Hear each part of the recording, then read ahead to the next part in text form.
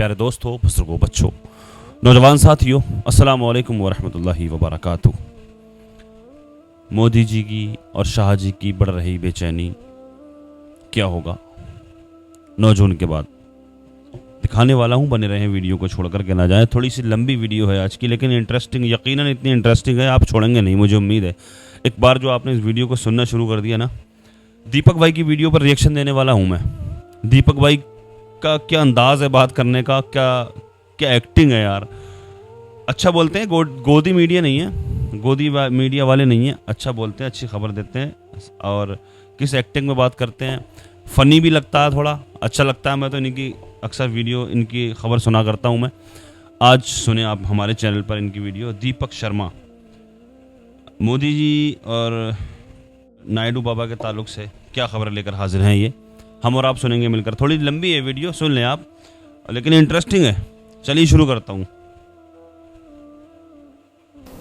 नमस्कार, मैं दीपक शर्मा और मेरे YouTube मंच पर आपका स्वागत जी। दोस्तों, कहने को एनडीए सरकार है, नेशनल डेमोक्रेटिक अलायंस की सरकार है और दर्जनों पार्टियां हैं, दर्जनों सहयोगी हैं, लेकिन सच्चाई आज की तारीख में, जी आज की तारीख में भी यही है कि खेल सारा यही दो लोग चला। एक्टिंग बहुत ज़बरदस्त है यार, नरेंद्र मोदी और अमित शाह। खेल इन्हीं दोनों के हाथ में है और इत्तेफाक देखिए कि ये दोनों ही आज की तारीख में बहुत घबराए हुए हैं। और घबराए इसलिए हैं क्योंकि नीतीश जी तो फिर भी कुछ बोल देते हैं। ये जो शख्स नायडू बाबू, मिस्टर नायडू, चंद्र बाबू नायडू, ये पत्ते नहीं खोल रहे हैं। सियासत की इस बाजी में जो दिल्ली में हम देख रहे हैं, इसमें ये शख्स, ये नेता अभी तक पत्ते नहीं खोल रहा है। और सच्चाई ये है ज़मीनी कि ये जो गाड़ी है ये अब मोदी जी नहीं चला रहे। मोदी जी अब सवारी हैं, गाड़ी नायडू बाबू के हाथ में है, स्टीयरिंग, और पीछे नीतीश कुमार बैठे हैं। अब दोस्तों, यूं तो मोदी जी को आज प्रधानमंत्री का उम्मीदवार चुन लिया गया और उसके बाद राष्ट्रपति द्रौपदी मुर्मू ने उनको न्योता भी दे दिया शपथ लेने का, और मोदी जी जल्दी प्रधानमंत्री की शपथ ले लेंगे, प्रधानमंत्री की कुर्सी पर बैठ जाएंगे।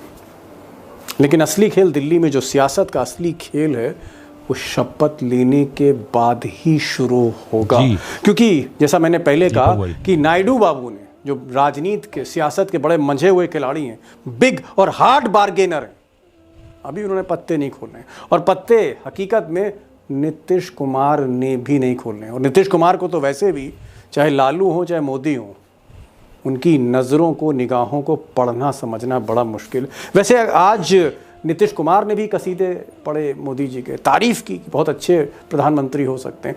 नायडू बाबू ने भी खूब तारीफ़ें करी, दिल खोल के तारीफ़ें करी। लेकिन मैंने कहा ना कि पत्ते जो है अपनी छाती से लगा रखें, पत्ते छुपा रखें। और सबसे बड़ी बात यह है कि ये जो दोनों शख्स हैं जो इस वक्त मोदी जी की गाड़ी चला रहे हैं, ये दोनों शख्स यानी नीतीश कुमार और नायडू बाबू कई बार तलाक दे चुके हैं इन्हीं मोदी जी को, कई बार साथ छोड़ चुके हैं। और शायद इसीलिए मोदी जी को इन दोनों पर एतबार कम है कि कब गाड़ी पर ब्रेक लग जाए। ना मोदी जी को पता है, ना शाह साहब को पता है। अब दोस्तों, दिल्ली से आज जो बड़ी खबर है वो ये है, हालांकि इस खबर को किसी ने कंफर्म नहीं किया है, ना नायडू बाबू के कैंप ने किया है और ना ही अमित शाह के कैंप ने, मोदी कैंप ने किया, कंफर्म किसी ने नहीं किया। लेकिन ये चर्चा है सत्ता के गलियारों में कि नायडू बाबू मोदी सरकार में शामिल नहीं होना चाहते। वो नहीं चाहते कि मोदी जी उनके कुछ लोगों को मंत्री बनाएं, उन्हें मंत्रालय नहीं चाहिए। ऐसा अभी तक की खबर है, जिस पर नायडू बाबू चुप्पी साधे हुए हैं। उनके बेटे ने भी कुछ इस तरह की जिक्र किया है आंध्र प्रदेश में कि नायडू बाबू बाहर से समर्थन देना चाहते हैं, यानी आउटसाइड सपोर्ट, सरकार में शामिल नहीं होना चाहते। और अमित शाह और राजनाथ सिंह का मानना है कि नायडू बाबू को पहले सरकार के भीतर लाओ, जो मंत्रालय मांग रहे हैं दे दो, वित्त मंत्रालय छोड़कर, गृह मंत्रालय छोड़कर, रक्षा मंत्रालय छोड़कर और विदेश, ये 4 मंत्रालय छोड़कर नायडू बाबू जो फरमाइश करें, ये फरमाइश पूरी कर दीजिए, इनको सरकार में शामिल करिए, सो दैट अगर सरकार में नायडू बाबू रहते हैं, उनके मंत्री रहते हैं, तो दोस्ती थोड़ी मजबूत रहेगी, दोस्ती थोड़ी मजबूती के साथ आगे बढ़ेगी। लेकिन नायडू बाबू हैं, वो चाहते हैं आउटसाइड सपोर्ट करें, बाहर से समर्थन दें, सो दैट मोदी जी पर जरा दबाव कुछ ज़्यादा हो, जरा डिमांडिंग पोजीशन पे फिर नायडू बाबू रहे। उनको स्पीकर पद भी ऑफर किया जा रहा है। नायडू बाबू अभी सोच रहे हैं। मैंने कहा ना, पत्ते नहीं खोल रहे, छाती से लगाकर पत्तों को नायडू बाबू ने रखा। और कमोबेश यही हाल नीतीश कुमार साहब का भी है। बहरहाल अगले 48 घंटों में, 24 घंटों में जब ये पत्ते खुलेंगे तो खेल थोड़ा और साफ होगा। हालांकि अभी जल्दबाजी है दोस्तों, अभी तो हनीमून पीरियड चल रहा है। दूसरी बार शादी हुई है तो हनीमून पीरियड है। तो अभी फिलहाल जो है देखना होगा कि दिल्ली में ऊंट किस करवट बैठता है। राहुल गांधी जो हैं, राहुल गांधी का भी कुछ यही सोचना है। और मेरी कुछ नेताओं से आज बात हुई, उनका कहना है कि राहुल गांधी की पॉलिसी है right now wait and watch. अभी देखो जरा, अभी देखो, मोदी जी को शपथ देने दो, मोदी जी को थोड़ी भड़ास निकालने दो, मोदी जी को कुर्सी पर एक बार फिर से बैठने दो। और जब विश्वास मत लेंगे, हासिल करेंगे वो सदन में, जब सदन शुरू होगा, जब लोकसभा शुरू होगी, राहुल गांधी तब पत्ते खोलेंगे, तब गेम शुरू करेंगे राहुल गांधी। क्योंकि विपक्ष की स्थिति अब लोकसभा में, सदन में, पार्लियामेंट में 14 जैसी नहीं है, 19 जैसी नहीं। अब की बार बहुत ही मजबूत विपक्ष, ऐसा विपक्ष मजबूत है कि मोदी जी को हर विधेयक लाने में पसीने आ जाएंगे। और उधर शरद पवार, उद्धव ठाकरे, अखिलेश यादव, इनका भी ये मानना है कि अभी थोड़ी जल्दी है, इस सरकार को थोड़ा समय दीजिए, मोदी जी को थोड़ा मौका दीजिए। और मौके पर जब गलती होती है वार तभी किया जाएगा। और शरद पवार जो काफ़ी मजे हुए खिलाड़ी खुद हैं, उनका मानना है कि ये जो बेमेल की शादी है, क्योंकि नायडू बाबू की जो राजनीति है और नीतीश कुमार की जो राजनीति है वो सेकुलर राजनीति है। नीतीश कुमार को भी और नायडू बाबू को भी मुस्लिम वोट्स चाहिए। इसलिए कहीं ना कहीं ऐसा शरद पवार को लगता है, अखिलेश यादव को लगता है, उद्धव ठाकरे को लगता है, मल्लिकार्जुन खड़गे को लगता है, राहुल गांधी को लगता है कि थोड़ा रुकिए, अभी जल्दबाजी मत करिए, चलने दीजिए इस गेम को, मौके ही मौके मिलेंगे। क्योंकि मैंने पहले भी कहा कि गाड़ी की जो स्टीयरिंग है वो मोदी जी के हाथ में नहीं है, गाड़ी नायडू बाबू चला रहे हैं। अब दोस्तों, मोदी जी का ये जो सफ़र है, जहाँ वो सवारी कर रहे हैं, जी हाँ, सवारी कर रहे हैं उस गाड़ी की जिसको चला रहे हैं नीतीश बाबू और नायडू बाबू, ये सफ़र मोदी जी के लिए कांटों भरा इसलिए है क्योंकि एक तो बीजेपी के पास संख्या बल नहीं है। कहाँ तो सपने 370 के मोदी जी देख रहे थे, 270 भी नहीं मिले, 240 पर रुके हुए हैं। यहाँ 240 पर मोदी जी हैं, अल्पमत में है बीजेपी। वो कहीं ना कहीं डिपेंडेंट है, हर फैसले के लिए उनको नायडू और नीतीश कुमार के पास जाना ही होगा। और सामने एक मजबूत विपक्ष है। ऐसे सिचुएशन में ये जो गाड़ी चला रहे हैं मिस्टर नायडू, कब ब्रेक मार दें, कब खतरनाक मोड़ आ जाए, कब स्पीड बढ़ जाए, कोई पता नहीं, कब ब्रेक पर पैर चला जाए, नहीं मालूम। सवाल इस बात का है कि क्या इस गाड़ी पर ब्रेक लग सकती है? बिल्कुल लगेगी। क्या नायडू बाबू आज नहीं, कल नहीं, परसों नहीं, कुछ महीने बाद क्या टकराव जैसी स्थिति आ सकती है? और मोदी और शाह उसको भांप रहे हैं, कदम कदम पर कांटे हैं। और आखिर होने क्या जा रहा है अगले 3 महीनों में?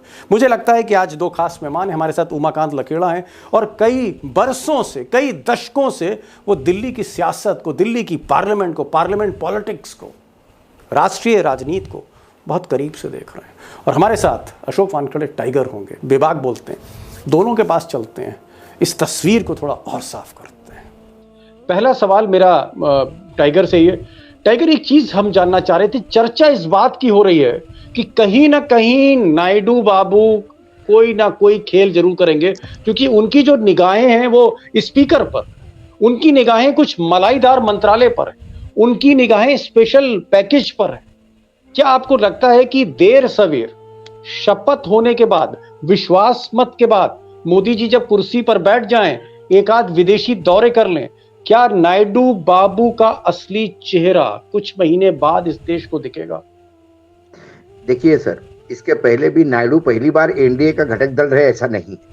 इसके बाद पहले भी नायडू रहे हैं, नायडू के मंत्री भी रहे हैं।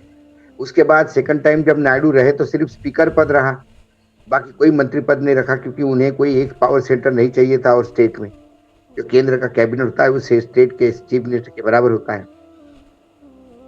उसके बाद एक दिन जब उन्होंने वो छोड़ा, बाल योगी की डेथ भी हो गई और वो जो बालक हो गए, तो प्रमोद जी तब जिंदा थे, और जब अब प्रमोद जी को हमने पूछा कि भाई चंद्रबाबू नायडू जो गए हैं, इनको आपने रोकना चाहिए था, तो उन्होंने कहा कि हर चीज की एक लिमिट होती है। इनकी डिमांड्स इतनी बढ़ रही थी कि वो किसी को भी पूरी करने में चले असमर्थ था, कोई भी। हम भी यहीं तक रोकता हूँ, लंबी नहीं करते वीडियो को। सुनता हूँ मैं वीडियो, अक्सर इनकी वीडियो देखा करता हूँ मैं, और मैंने आज देखी नहीं थी। मैंने कहा आज इस पर रिएक्शन देता हूँ, आप लोगों तक भी पहुँचाता हूँ, आपको भी सुनाता हूँ। इस तरह की वीडियो पर मैं राजनीतिक वीडियो नहीं पोस्ट करता हूँ, आपने देखा होगा, इस तरह की वीडियो पोस्ट नहीं करता हूँ। लेकिन मैं देखता हूँ उनकी वीडियो, तो मैंने आप लोगों तक पहुँचाना चाहिए। और आजकल ज़्यादातर लोग देख भी रहे हैं इलेक्शन की वीडियो, क्या चल रहा है आजकल, कौन प्रधानमंत्री बनने के लिए जा रहा है, किस अंदाज में। इसलिए मुझे लगा इसको शेयर किया जाए, आप लोगों तक पहुँचाया जाए। दीपक शर्मा भाई बढ़िया बोलते हैं, बेबाक बोलते हैं, फ़नी भी लगता है, थोड़ा बोलते हैं मज़ा आता है, एक अंदाज़ बड़ा अच्छा है, एक्टिंग अच्छी है इनकी। लिहाजा जिसकी भी सरकार बने, अल्लाह पाक बेहतर करे, मुसलमानों के हक़ में और हिंदुस्तान के तमाम लोगों के हक़ में बेहतर करने वाला है। अल्लाह की ज़ात से उम्मीद है जो भी होगा बेहतर ही होगा, हमारे हक़ में, मुसलमानों के हक़ में और हिंदुस्तान के तमाम लोगों के हक़ में। जो होगा, जो सरकार आएगी बेहतर ही करेगी इंशाल्लाह, और बेहतर ही हुआ। अभी तक तो जो हम देख रहे हैं अल्हम्दुलिल्लाह, अल्लाह के फजल से जो भी कुछ हुआ है इस इलेक्शन में बहुत बेहतर हुआ, बहुत बढ़िया हुआ अल्हम्दुलिल्लाह। लिहाजा मेरी अल्लाह की बारगाह में दुआ है, अल्लाह तबारक व तआला हमारे भारत में अमन और सुकून अता फरमाए, हिंदू मुस्लिम भाईचारा नसीब फरमाए। अस्सलामु अलैकुम व रहमतुल्लाहि व बरकातुहू।